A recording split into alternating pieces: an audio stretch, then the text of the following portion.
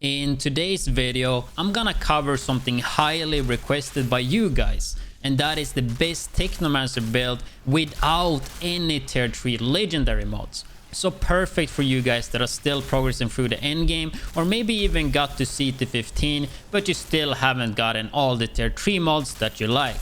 If you wanna see the best Technomancer build with legendary tier 3 mods, you can check the video I did earlier this week. The link will be in the pinned comment. So in this video, I will show you the best tier 2 Technomancer build that is really easy to set up. I will also give you some build options on top of that, and also show it live in action with live commentary talking about it and giving tips. But before we get into the video, I want to talk about today's video sponsor, BulletVille. BulletVille is a new fast-paced third-person multiplayer parkour hero shooter inspired by arena shooters of the past, with modern mechanics of current gen games. It features a lot of different playstyles because of all the different heroes that offer different skill sets. If we take a quick look at my favorite character, KO5, you can run around and slice people with a katana, and you can even throw it. Quite different to just using a gun. BulletVille is currently planned for release on PC and Mac, PS5, Xbox Series X, Nintendo Switch, and even mobile. And you can actually play the alpha right now by clicking the link in the description. After you click the link, you have to sign up to G-Round. When you've done that, you just activate your email like usual. Then on the site, you click the testing bar to the left and click play on BulletVille. Then download the G-Round launcher if you don't already have it, install the game, and then just play away. After you play the game, you can go back to G-Round's website and visit BulletVille and leave a review. And I also just got information that BulletVille on 22nd April, there will be a Kickstarter going live. So if you like the game, make sure you check the Kickstarter to support the game and get juicy rewards. Thanks to BulletVille for sponsoring this video, but with that said, let's get back into the video.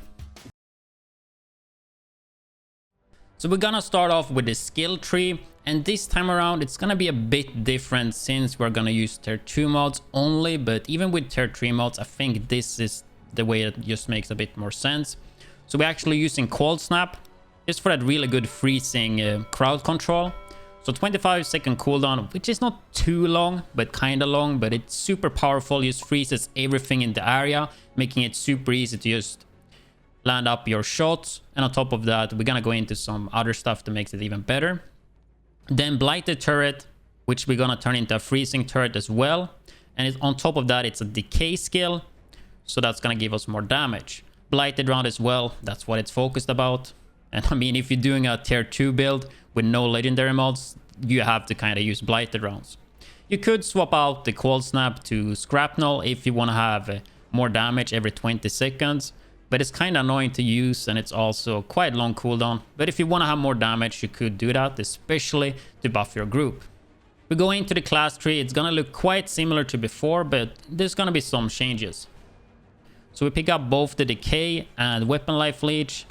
We go all the way down here for exposing toxin, so we get the vulnerability status on toxic, and then also increase that. Decrease what considered being long range, since this is gonna be like medium to long range build. We don't go up here for cannonade, but if you want to go shrapnel, you should pick this one up, and then you could take away this one, for example, the cooldown. So we don't get that.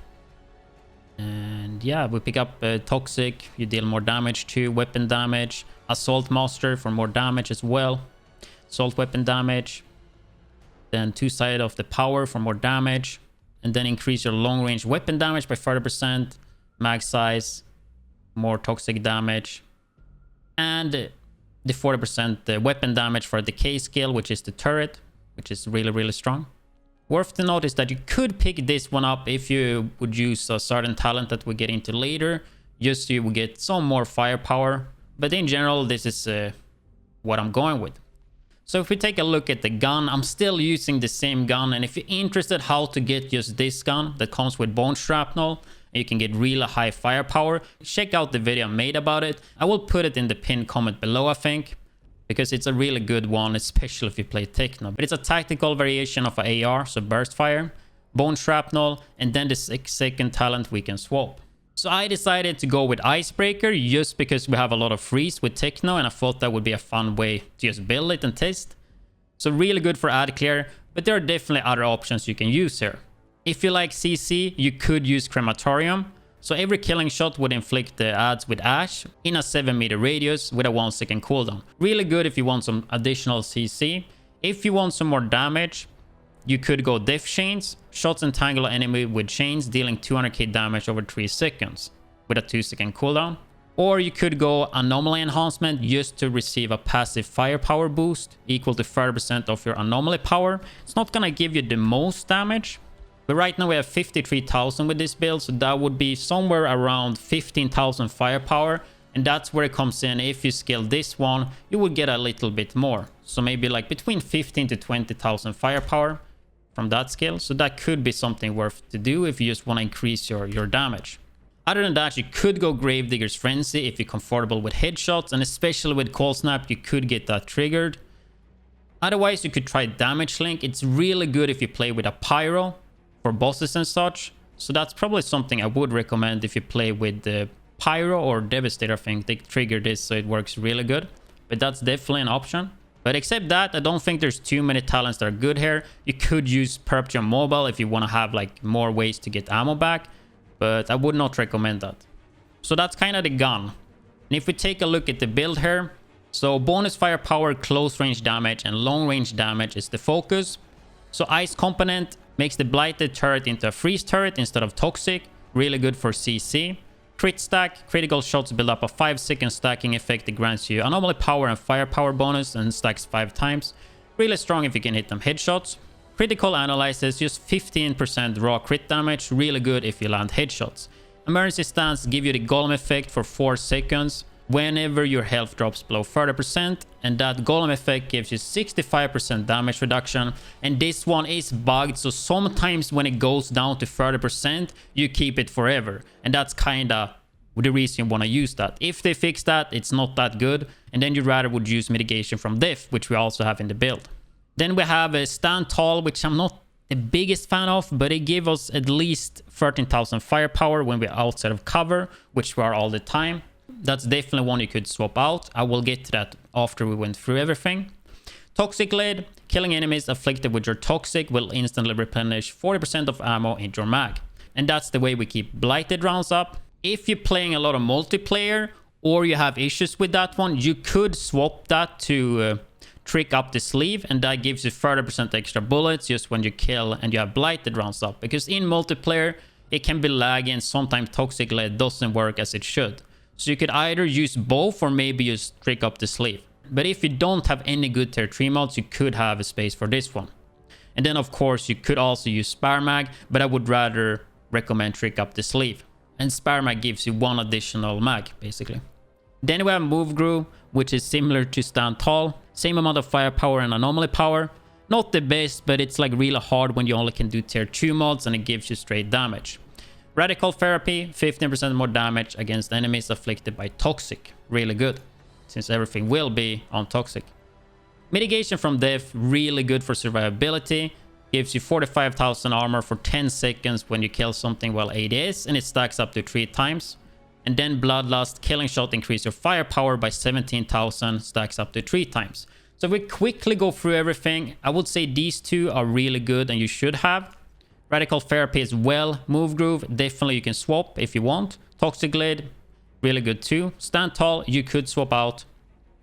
And Critical Analysis, you could also swap out. Emergency Stance, right now when it's bugged, it's really good. And you should actually be fine if you only have that instead of mitigation from Death. Having both is kind of overkill, but yeah. Ice Component with the freeze turret. Don't need to have this, but it is really nice. But the better build you get, you can swap that out. Just rely on damage. Crit stack, really good too. But yeah, if we take a look at what you could possibly swap to, we have a freezing boost that gives you 15% damage on freeze. I don't think you get too much consistent damage from using that. So I wouldn't really recommend that, but maybe if you keep them frozen all the time, you could use that. Especially to burst elites, you just use Cold Snap and then you just burst them with this additional damage. So that could definitely work out. Then we have personal space, which I definitely think I should be using in my build. 15% bonus to close range weapon damage. Even though most of the time we're not gonna be close range, a lot of times you will be that. So I would definitely put that in instead of like maybe stand tall or move groove. So I would definitely recommend that one. But if you're never playing close range, I would not use that one. But yeah, I think that are kind of the talents that I personally would recommend. There are of course other options in the tier 2 and tier 1 that maybe you want to add in. Feel free to do so. And of course, as soon as you get access to some of the tier 3 mods, you definitely want to put those in. This is just 100% based on tier 1 and tier 2 mods, since I got a lot of requests. And I think if you put this build together, you will have a pretty damn good build to progress up and get those tier 3 mods. Whenever you get there, make sure you check out my best Technomancer build so you can get closer to that insane build. But that's basically the build. So I'm gonna leave you guys now with some Boomtown gameplay, which also have live commentary talking about the build and stuff. So how you can play, how you should play, and how you could improve it and all that. So I hope you guys enjoyed the video so far, and I hope you guys enjoyed the gameplay and the live commentary to it. But with that said, let's get to the gameplay part.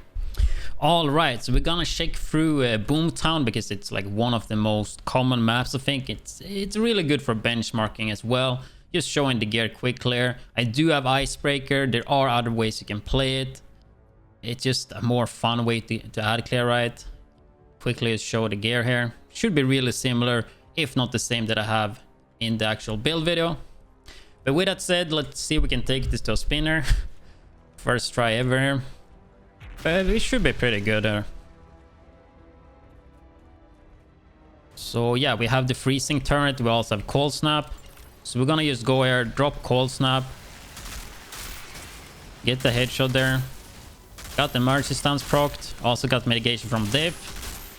So our damage might not be the best here, but we have a mercy stance proc now and mitigation from diff, right? Obviously that is a bit overkill. Only having emergency stance, I mean, it's definitely enough. Gonna do another cold snap here. You can see the ice break explode. Actually really smooth here. Can even use some melee freeze, then explode everybody. It's actually a pretty fun build to play because of the freeze and bone shrapnel. Yeah, melee again, because why not? Both dice. Try to get a turret here. But really good ad clear, which I mean is just really good overall. Another freeze. And just look how we're clearing all the ads. With the turret, with the cold snap. Mercy stance procced. Our survivability is pretty crazy right now. More freeze, because why not? Freezing is cool.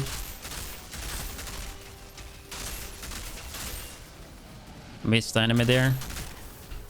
But yeah, that went pretty damn smooth. See if we can get through this room going too. Gonna actually put the turret there. And we're gonna cold snap these right here. Didn't get the explosion there, but just get the CC on the elites. So you can get that burst damage.